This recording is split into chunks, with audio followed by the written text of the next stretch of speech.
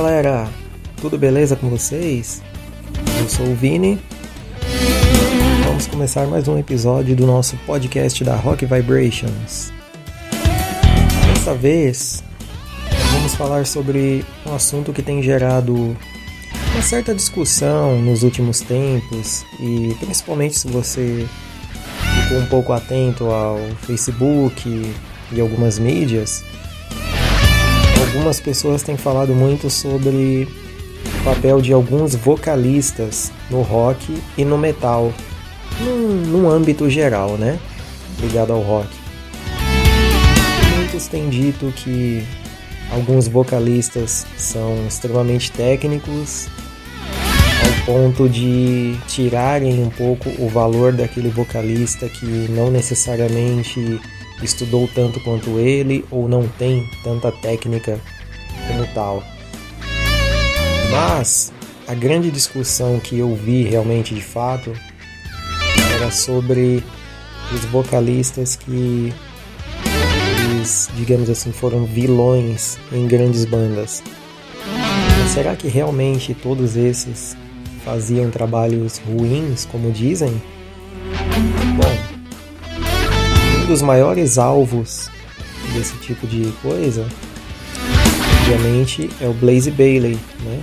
Como todos sabem, o cara caiu de paraquedas no Iron Maiden e teve que substituir um Bruce Dickinson, né? Não era qualquer vocalista, né? Agora, o que o Bruce já havia criado, além da própria persona, né? Conseguiu construir álbuns incríveis ali e conseguiu trazer um legado diferente, né? Inventou algumas coisas para o metal em si, né? Então, Blaze Bayley teve uma tarefa muito árdua. Para muitos, os discos que ele gravou com a banda são os piores, mas ao mesmo tempo são discos que, conforme vão passando os anos, as pessoas estão aceitando melhor, né? Hoje em dia, por exemplo, aceitam muito melhor o disco do que há 10 anos, há 12 anos, por exemplo. Outro exemplo de vocalista que também acaba tendo um julgamento muito grande é o Tony Martin. O Tony Martin, inclusive, foi pauta de algumas matérias recentes sobre o que ele gravou com o Black Sabbath e se realmente tudo isso foi alguma coisa assim relevante, né? Mas, obviamente, se você curte rock e você ouve Black Sabbath, você vai pensar que o Black Sabbath é Ozzy. Claro, vai ter sempre a turma que vai curtir mais a fase do Ronnie James Dio. Mas Tony Martin fez um papel muito legal. Você ouve álbuns como Tear e Headless Cross, não tem o que falar, são discos excelentes. O complicado é você tentar manter uma linha em que você combine Tony Martin com Ronnie James Dio e Ozzy Osbourne. Glenn Hughes também gravou com a banda e, como sabem, foi um momento conturbado e o próprio Tony Iommi não queria gravar o disco sob o nome Black Sabbath, né? Apenas por conta do contrato ele teve que fazer isso. A banda estava totalmente desfigurada, teve que, inclusive, acabou usando, entre aspas, né, o Eric Singer, que na época era baterista da Lita Ford, e era de fato ali a pessoa que ele estava tendo relacionamento há um tempo, né? Então, basicamente metade da banda da Lita Ford deu suporte para ele. Mas o Martin, eu creio que ele tenha um espaço assim bem específico, né? Maioria que curte a banda, que curte Black Sabbath também. Outro vocalista que também tem sido comentado nos últimos anos aí por conta de várias coisas que ele fez foi o Joe Lynn Turner, né? tem uma carreira muito boa. Se forem procurar aí, até mesmo com o Glenn Hughes ele já gravou o disco, né? Ele tem participações bem legais, mas ele também foi um vocalista que, digamos, caiu de paraquedas. Ele teve que substituir grandes nomes, né? Então, é claro que a dinâmica seria diferente. É claro que ele não daria todo aquele poderio que um Ian Gillan faria, ou qualquer outro que a gente conheça daquela época, da época que ele estava, digamos, no seu auge, mas ao mesmo tempo com o auge de muitos outros que eram nível astronômico. Então não teria como fazer um negócio desse, uma comparação dessa, né? Apesar desses caras sempre serem criticados por algum aqui, algum ali, né? Enfim. O fato é que muitos desses vocalistas a gente acaba curtindo com o tempo. Acaba gostando do que eles gravam, a gente acaba ouvindo um material aqui e ali. O próprio Bruce Dickinson, tem gente que odeia no Iron Maiden, mas na carreira solo acha muito interessante.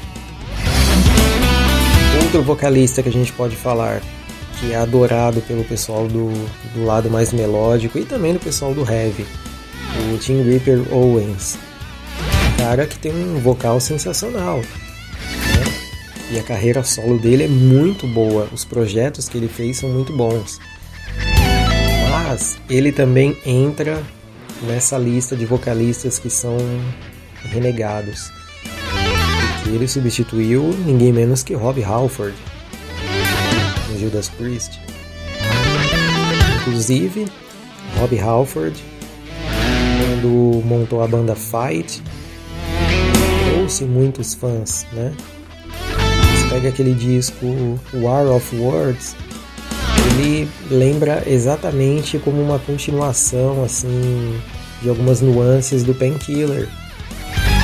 Ele trouxe todo um contexto do que ele estava gravando na banda naquele momento e foi muito esperto, né? Inclusive levou o baterista também, né? Que afinal, né? Ele tinha que fazer isso, né? Era um momento muito bom do Scott Travis. E uma tarefa árdua do Tim Ripper. Mas ele tem os seus fãs e tem muitos admiradores, né? Dos álbuns que ele gravou com Judas Priest. Principalmente o Jugulator. Um disco sensacional. E também os shows que ele acabou fazendo com a banda foram marcantes, né? Inclusive alguns acabaram sendo lançados. E se você pesquisar, caso não tenha ouvido ainda, caso não tenha conferido, com certeza irá curtir. O que de fato esses vocalistas têm de ruins? Ao meu ver, nada. Eles são vocalistas que sempre mantiveram a carreira em um auge, não absoluto, mas um auge criativo, interessante. Você pega performances ao vivo de ambos e você consegue ver uma categoria bem bacana. É claro, eles não estão no primeiro escalão, né? Mas é a mesma coisa se formos falar, por exemplo, sobre as bandas do heavy metal. Tem bandas da New Wave of British Heavy Metal. Da primeira fase, tem da segunda fase, tem lado B, tem lado C, tem lado D. Tem muitas coisas que acabaram não dando certo, né? Tem muitas bandas, por exemplo, Angel Witch, que muitos dizem que seria a banda a pegar o primeiro contrato do Iron Maiden, né? Que não seria o Iron Maiden, mas por conta daquele visual punk do Iron Maiden, eles acabaram conseguindo o primeiro contrato. A gravadora queria uma banda punk, era o que estava rolando no cenário, né? No momento. Mas nunca se sabe, o Angel Witch também não foi tão grande assim nesse aspecto a ponto de ser comparado ao Iron Maiden, né? Mas tivemos outros nomes também que passaram por isso. Então, por exemplo, o Uriah Heep. Para muitos, o Uriah Heep é superior ao Deep Purple. É claro que em vendas, jamais. Mas para várias pessoas, para vários músicos, o Uriah Heep é tão importante quanto.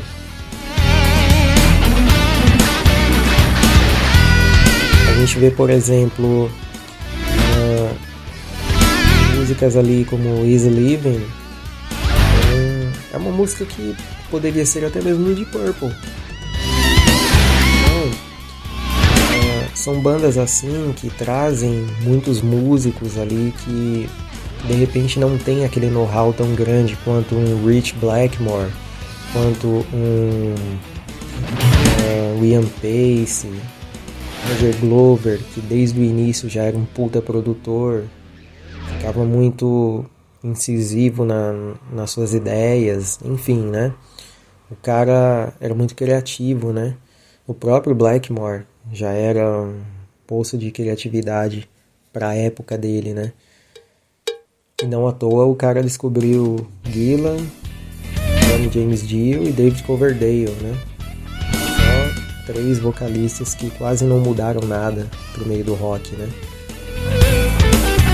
Então, a gente pode levar disso, né? Entre essas discussões que tiveram aí nos últimos tempos sobre vários fãs desses vocalistas e tantos outros também que a gente conhece, a gente tem que tomar muito cuidado quando a gente fala desses caras e menospreza o trabalho deles, né? Porque em algum momento alguma pessoa, seja hoje ou lá para o futuro, vai falar: será que o trabalho desse Tony Martin é bom? Aí uma pessoa vai chegar nela e vai falar: não, não é bom. Ela vai acabar não ouvindo. Mas aí em algum momento ela vai encontrar uma pessoa que curte aquele trabalho. Como vai fazer? Como que vai ficar? A pessoa vai falar: ah, eu não ouço isso aí porque muitos falaram que não presta. E se não presta, a pessoa obviamente vai excluir da lista dela, digamos assim, de desejos para poder ouvir, né?